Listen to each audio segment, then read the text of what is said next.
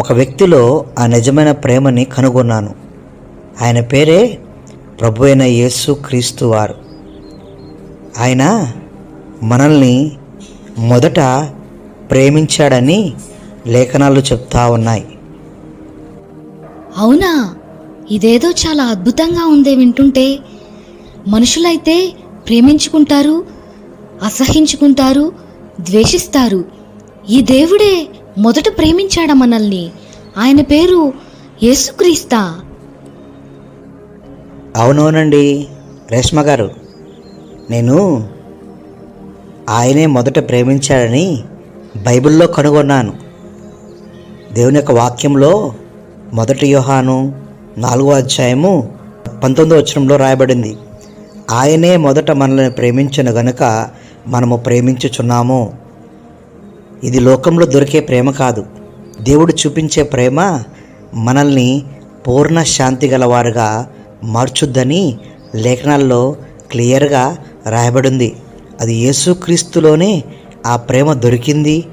ఈ ప్రేమ ఏది కూడా ఆశించని ప్రేమ, మన కోసము మరణించిన ప్రేమ, చనిపోయిన ప్రేమ, తిరిగి లేచిన ప్రేమండి.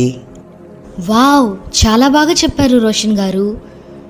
నా జీవితంలో జరిగిన సంఘటన గురించి ఆలోచిస్తే, అతను కోరిక తీర్చుకోవడానికి నన్ను ఆశించి ఎన్నో గిఫ్ట్స్తో నన్ను తన వైపుకు లోపరుచుకున్నాడు.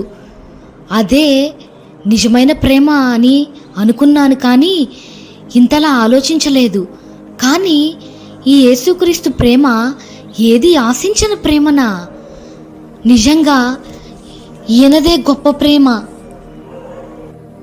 ఇన్ని రోజులు కూడా భయముతో నా తల్లిదండ్రులకు అబద్ధాలు చెప్పుకుంటూ అతనితో తిరుగుతూ నా కాలం వెళ్ళబుచ్చాను.